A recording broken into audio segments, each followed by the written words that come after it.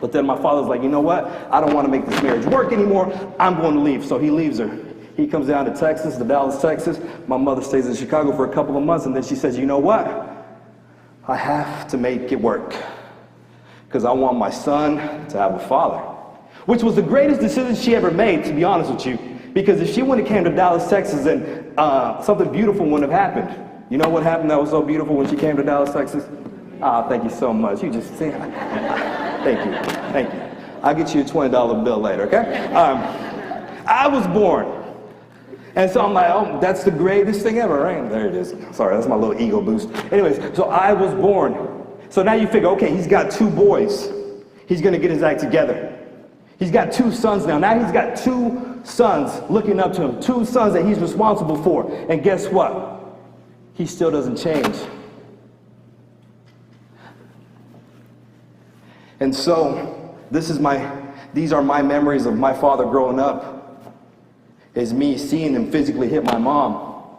It was never a situation, mamá, ¿por qué estás llorando? Mom, why are you crying? It was me seeing him hit my mom. It was me sitting in the passenger seat of his car while he did drug deals. That's what I saw. It was seeing my father high and drunk all the time. But yet that was my normal, that was my hero. I didn't know any better. But then it all changed for me when I was 8 years old. When I was 8 years old, my father came home one day and he said, you know what? I'm leaving. I'm leaving you, I'm leaving your mom, I'm leaving your brother. I'm leaving for another woman. Mind you, this woman lived in our house.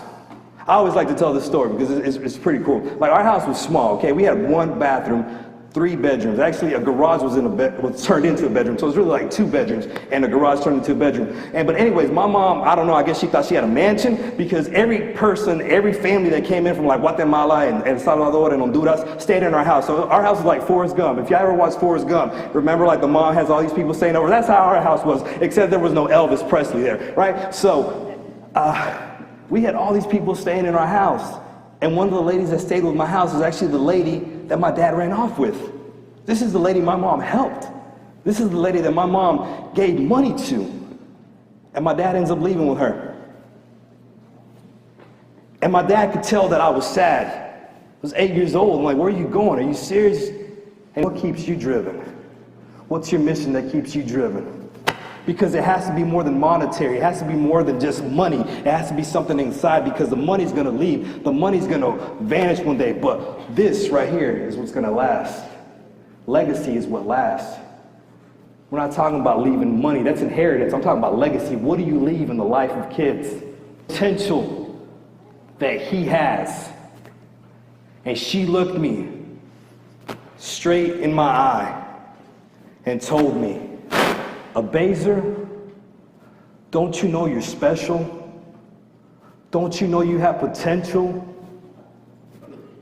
And up to that point, I was 14 years old, and no one had ever spoken to me like that. No one had ever told me, son, you're special.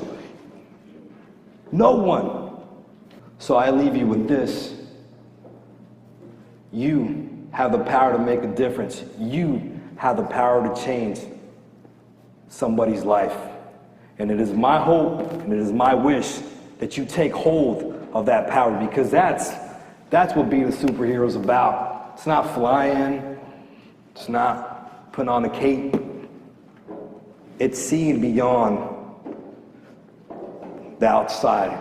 It's seeing a kid and knowing, you know what, he can be great. He just needs somebody to work with him. So guys, thank you so much for this opportunity. It's been an honor and a privilege. God bless you.